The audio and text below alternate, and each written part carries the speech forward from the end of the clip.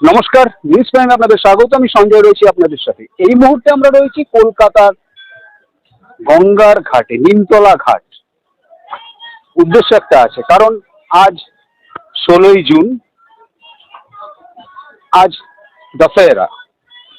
এই দশেরা পুরাণে কথিত আছে যে যেমন মহাদেবের জটা থেকে গঙ্গার উৎপত্তি, তেমনি জ্যৈষ্ঠ মাসের শুক্লা দশমীতে এই গঙ্গা পুজো দশহরা অনুষ্ঠিত হয়। এই দশহরাকে সামনে রেখে উত্তর কলকাতার 20 নম্বর ওয়ার্ডের পৌরপিতা বিজয় উপাধ্যায়ের উদ্যোগে এই নিমতলা ঘাটে গঙ্গা আরতির আয়োজন করা হয়েছে। আপনারা দেখতে পাচ্ছেন, আপনাদের দেখাবো। এই গঙ্গা আরতির সমস্ত বেদি তৈরি করা হয়েছে। এখানে গঙ্গা আরতি হবে, যেটা প্রতি বছরই হয়। সেই গঙ্গা আরতি এখানে হবে, আপনাদের আমরা দেখাবো যে গঙ্গা আরতি হচ্ছে। এই মুহূর্তে সঙ্গে পেয়ে গেছি আরেক পুরপিতা রাজেশ সিনহাকে, কথা বলে নেবো তার সাথে। রাজেশজি, প্রথমত নিউজ প্রাইমে আপনাকে স্বাগত। ধন্যবাদ। গঙ্গা পুজো দশেরাতে গঙ্গা আরতি, আমরা একটা সময় দেখতাম যে বেনারসে গঙ্গা আরতি হতো। এখন আমরা বাজে কদমতলা ঘাটই বলুন, চাই আমাদের নিমতলা ঘাটই বলুন, গঙ্গা আরতি কিন্তু এখানে মানুষ প্রত্যক্ষ করতে পারে। এবং বেনারসের আদলে কি বলবেন? আজকে এই গঙ্গার দশহরা, এর পেছনের যে ইতিহাসটা নিশ্চয়ই সবাই জানে।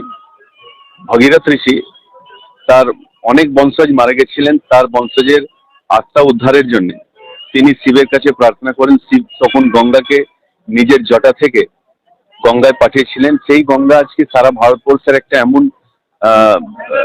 একটা জলের স্রোত, যেই স্রোত ছাড়া ভারতবর্ষে থাকতো না।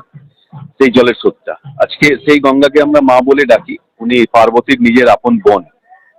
আর আজকে দিনই এই জ্যৈষ্ঠ মাসের এই দশমীতে আজকে উনি পৃথিবীতে অবতরণ করেছিলেন সাগরে, যেখানে যে গঙ্গা সাগরটা আমাদের পশ্চিমবাংলায় আছে, সেই সাগরে ওই জায়গাটা ওনার উৎপত্তি হয়। মানে শিবের জটা থেকে ওখানে নেবে, তারপরে সারা ভারতবর্ষে আজকে অনেক নামে নামে ঘুরছেন।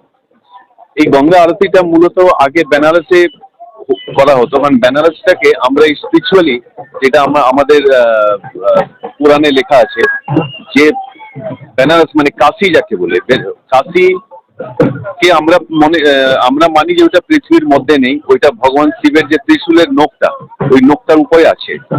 আর সেখানে গঙ্গার যে আদরটা বহু কয়েক হাজার বছর ধরে গঙ্গাকে তারা খুব মানত বেনারসে, আমরা সবাই মানি। কিন্তু এই গঙ্গা আরতিটা, গঙ্গাকে আরতি করে রোজ আরতি করে গঙ্গা পূজন করা, এটা বেনারস থেকে কথাটা আরম্ভ হয়।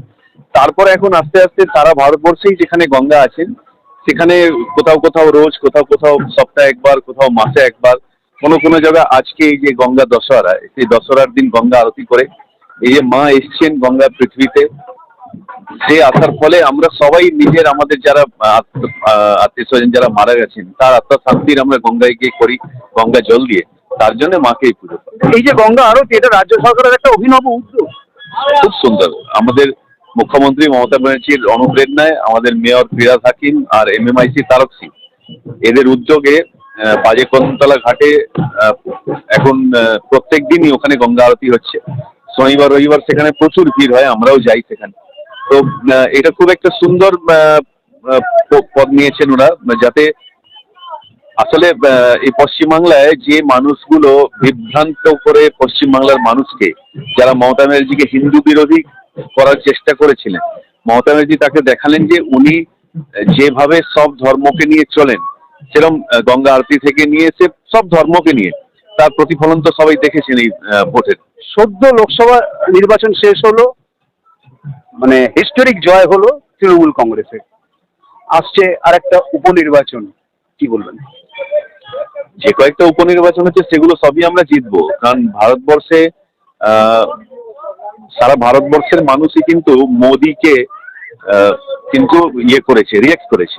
আর তারা, কারণ দেখুন, মিথ্যে কথা বলে একটা মানুষকে আপনি 1 দিন 2 দিন 5 দিন 10 দিন 1 মাস 1 বছর তাকে বোকা বানাতে পারেন, কিন্তু 10টা বছর মানুষকে শুধু বোকাই বানিয়ে যাবেন, আপনার ব্যাংকে এত টাকা আসবে, আমি এই করে দেবো, এত চাকরি দেবো, হ্যান করবো ত্যান করবো, আর করলেন কিছুই না।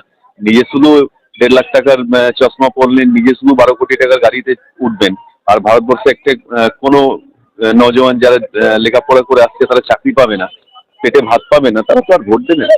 কিন্তু বিরোধীরা অভিযোগ করছে নির্বাচন পরবর্তী হিংসায় তাদের বহু কর্মী নেতারা ঘর ছাড়া।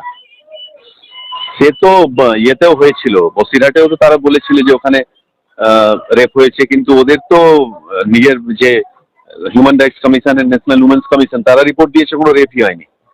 তো এরা তো সাজাতে মাস্টার, এরা যেমন সাজগোজ করতে মাস্টার, এরা ঘটনাকে সাজাতেও মাস্টার। অর্থাৎ যেমনটা রাজেশ সিনহা জানাচ্ছেন যে নিজেরা সাজবে নয়, বরঞ্চ শহরকে আরো ভালোভাবে সাজাতে এবং রাজ্যকে সাজাতে রাজ্য সরকার তৎপর, এবং এই কারণেই বেনারসের আদলে এখানে গঙ্গা আরতির আয়োজন করা হয়েছে, যাতে মানুষকে বেনারস না যেতে হয়, এখানেই বেনারসের আনন্দ উপভোগ করতে পারবেন এই গঙ্গা আরতির মাধ্যমে।